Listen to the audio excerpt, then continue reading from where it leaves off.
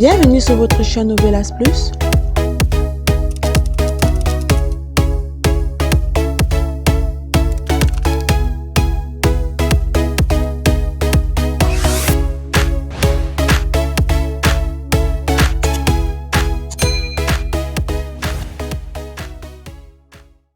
Aujourd'hui, on se retrouve pour le résumé de l'épisode 168, saison 1 de votre série El Diablo.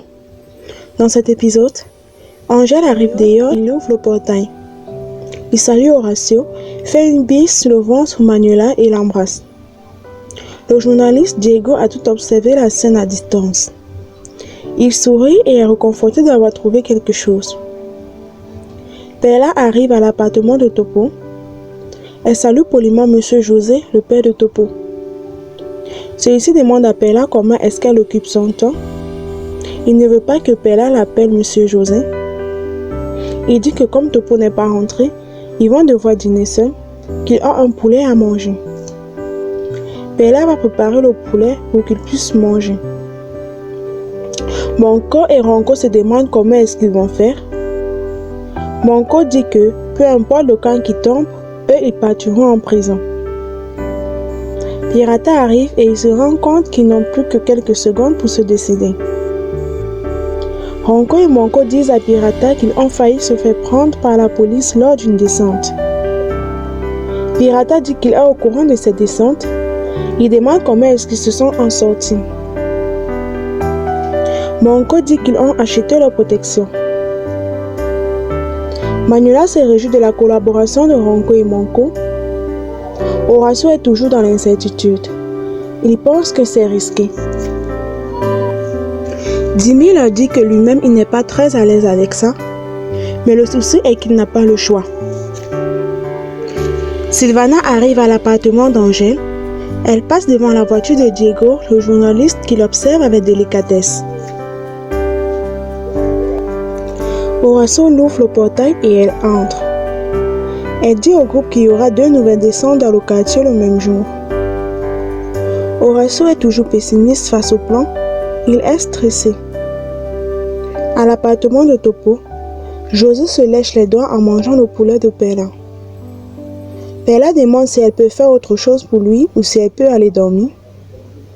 José demande à Perla de l'accompagner, qu'il n'aime pas manger seul. Elle lui dit que la télévision est une compagnie suffisante. Il dit que ça fait longtemps qu'il n'a pas eu de nouvelles de l'ami de Topo, Salvador. Perla dit qu'il est très occupé. José dit qu'il est à moitié mystérieux et bizarre. Perla lui dit qu'il est un artiste et que les artistes sont mystérieux. José demande à Perla si cette nuit elle va dormir avec Topo dans son lit ou si c'était juste pour rien. Perla dit de l'excuser, mais ce sont ses affaires avec Topo. José dit que tant qu'il est sur ce toit, c'est aussi ses affaires. Et sa chambre est juste à côté de celle de son fils et il peut facilement tout entendre à travers le mur. Perla lui dit qu'il fait ce genre de commentaires avec son fils, que ça ne l'intéresse pas. Monko dit à Pirata qu'au début, il ne croyait pas, mais qu'après l'information qu'il les a donnée, ils ont pu échapper à la descente. Ils disent qu'il n'y avait pas ce policier, c'est qu'à l'heure qu'ils parlent, ils se seront fait prendre comme les autres. Pirata demande comment est-ce qu'ils l'ont connu. Monko dit que c'était dans un bar lorsqu'ils vendaient de la marchandise. Il les a vus, il s'est rapproché d'eux et il les a proposé un marché. Il dit à Pirata qu'il est recherché par la police et qu'il est prêt à tout pour se faire de l'argent facile. Pirata demande comment est-ce qu'il s'appelle. Ils disent que c'est un certain Jimmy Cardona. Il demande à Pirata pourquoi toutes ces questions. Pirata dit que le prince pourrait être intéressé par lui pour faire des affaires. La preuve trouvée par Horacio permet déjà d'innocenter Jimmy. Topo se souvient du soir de la mort de Christian. Il dit que ce soir, Carmelo avait avec lui l'ordinateur de Christian. Virginia de son côté se demande ce qui sera arrivé si ni Angel ni Jimmy n'avaient fait partie de leur vie. Ariana dit qu'elle s'est posé la même question. Elles disent que Martin aurait sûrement tout pris et eux, ils n'auront rien fait pour l'en empêcher. Angèle dit que tout concorde. Il se souvient que Katuro a dit à Suzy que Léon et Carmelo se sont alliés contre Martin. Il pense que ça a sûrement à voir avec l'argent. Horacio dit que la partie financière est celle sur laquelle travaille Christian.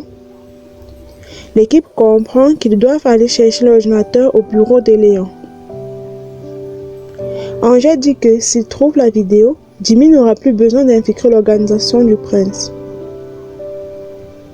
Angèle prévoit aller chercher l'ordinateur avec Topo la nuit avant d'aller à son exposition pour peindre en public. Manuela, Sylvana, Horacio et Topo sortent tous de l'appartement. Ils prennent des directions différentes. Diego les observe de la voiture. José est très collant avec Bella. Il demande si elle n'est pas encore endormie. Elle dit qu'elle était endormie, mais quand elle a entendu le petit pleurer, elle est venue l'apporter son biberon. Il demande comment va le petit et demande si son fils est arrivé. Elle dit non. José dit qu'ils peuvent l'attendre au salon. Bella dit qu'elle préfère l'attendre dans la chambre. Bella préfère qu'ils gardent leur distance. Martin est en train de faire le petit déjeuner avec sa mère, mais elle ne comprend pas pourquoi est-ce qu'il fait ça.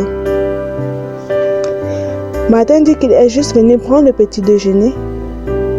Graciela dit que si c'est à cause de son comportement à l'événement, il n'a pas à s'inquiéter. Graciela se souvient des paroles de Christian qui disait que Martin est capable de tout pour obtenir ce qu'il veut, qu'il pourrait même se débarrasser d'elle si elle le gêne dans ses affaires. Qu'elle ne doit surtout pas douter de ça. Pirata dit au prince qu'il peut trouver un moyen efficace pour se protéger des descentes de police. Le prince lui demande de se concentrer sur la prochaine cargaison et après, ils s'occuperont de la prochaine descente de police. Pirata lui dit que Monko et Ronco ont échappé à la descente il y a 3 jours dans le Queens parce qu'il y a un type qui les tient au courant pour les prévenir. Le prince lui dit que c'est trop beau pour être vrai, que ces imbéciles racontent des bobards. Pirata attire son attention sur le fait que ce policier peut les aider dans les déplacements des prochaines cargaisons. Le prince demande à Pirata de faire venir ces imbéciles. Lucas et Manuela disent qu'ils n'ont pas besoin de faire cette peinture en public juste à cause d'un journaliste. Angèle insiste, il dit qu'il veut le faire, qu'il y a déjà beaucoup trop de soupçons.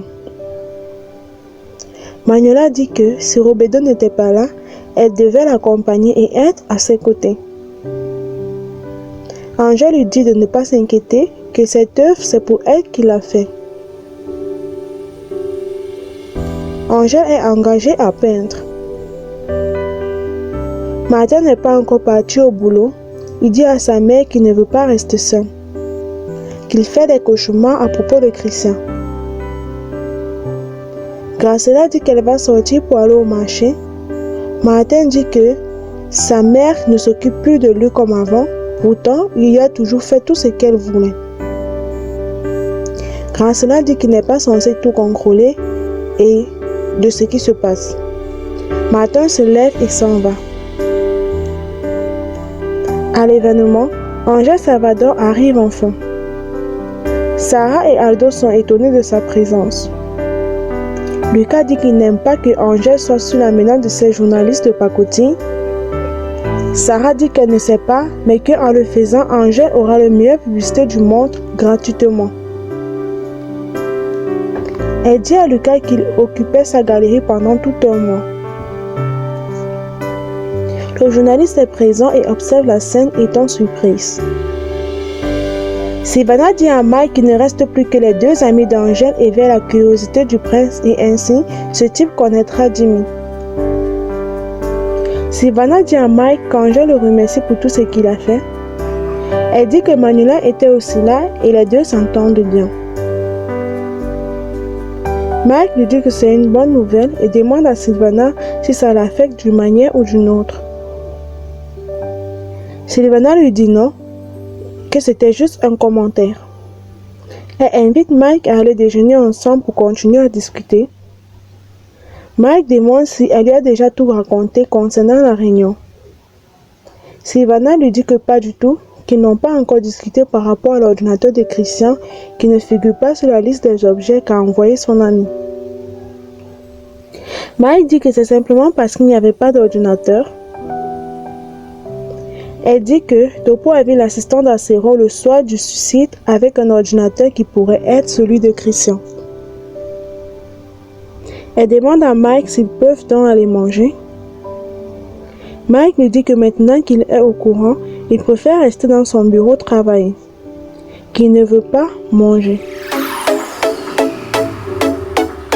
Sandro reçoit un appel de la directrice disant que Camilo a cassé une vitre à l'école.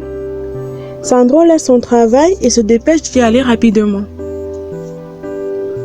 Le prince demande à Ronco et Monko s'ils paient pour avoir la protection d'un nurse policier. Ils disent que la rue est très dangereuse et la police devient de plus en plus forte à chaque descente. Le prince demande qu'ils lui font confiance.